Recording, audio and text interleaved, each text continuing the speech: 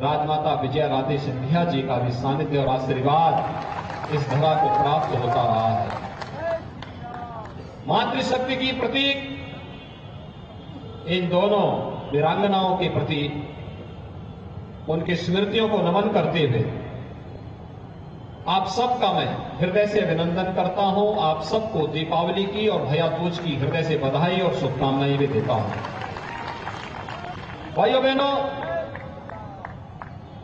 मैं उत्तर प्रदेश से आया हूं, मर्यादा पुरुषोत्तम भगवान श्री राम की पावन जन्मभूमि के प्रदेश से।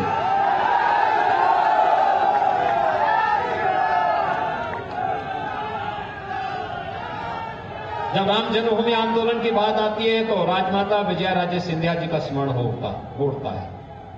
कोई आंदोलन, कोई अभियान ऐसा नहीं था जिसमें उनकी सक्रिय सहभागिता न रही हो। और भाइयों बहनों, यही नहीं, जब हम लोग नारा लगाते थे राम जन्मभूमि मुक्ति आंदोलन के दौरान, रामलला हम आएंगे, मंदिर वहीं बनाएंगे, तो जय भान सिंह पवैया जी ने नारा दिया था, रामलला हम आएंगे, गुलामी का ढांचा जरूर हटाएंगे। और भाइयों बहनों, 6 दिसंबर 1992 को गुलामी का ढांचा हटा तो राम मंदिर के निर्माण का मार्ग प्रशस्त हो गया।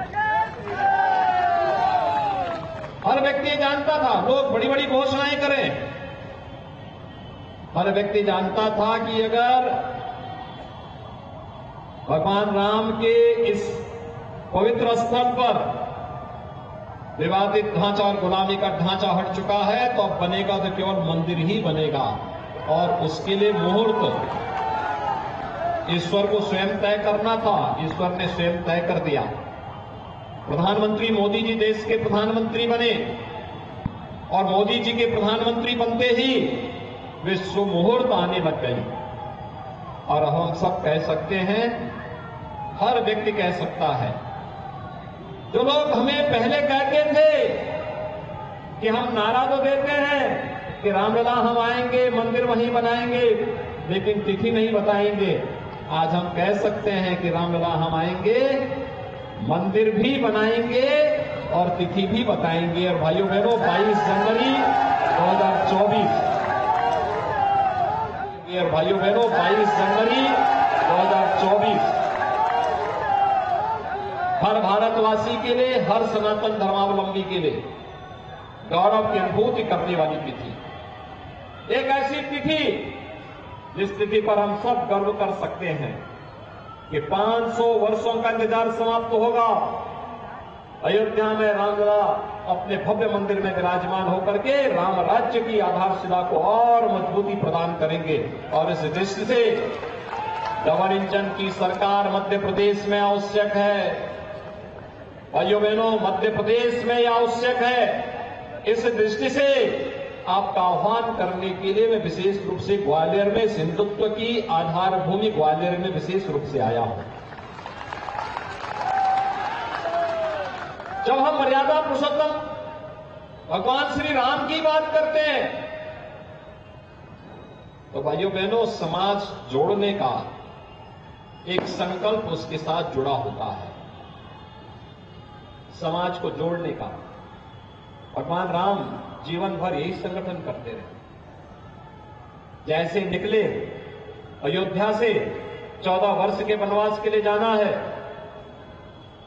तो सबसे पहले निषाद राज को गले से लगाया।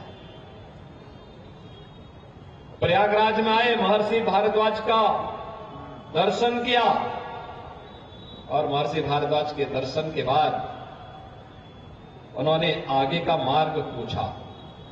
महर्षि वाल्मीकि के पास जाते हैं, वे चित्रकूट की धरती को बताते हैं।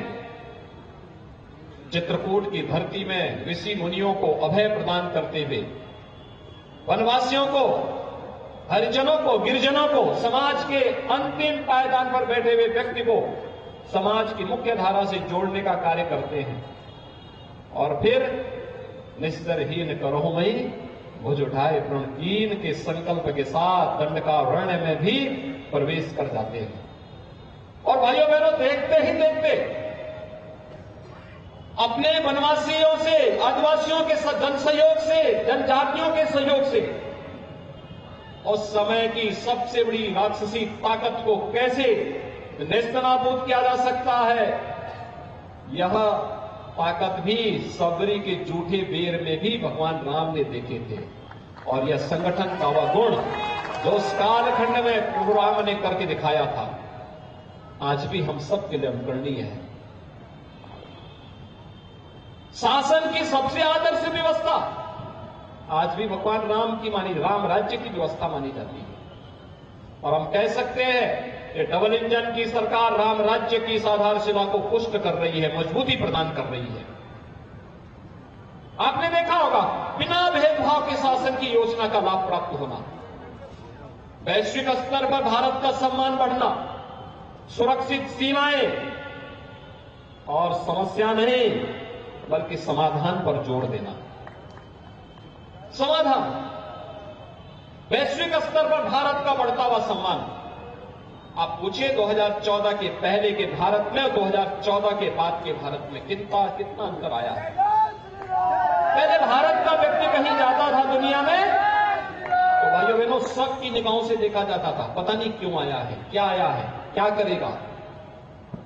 आज जब भारत का नौजवान दुनिया के अंदर जहां कहीं जाता है, लोगों के मन में अपार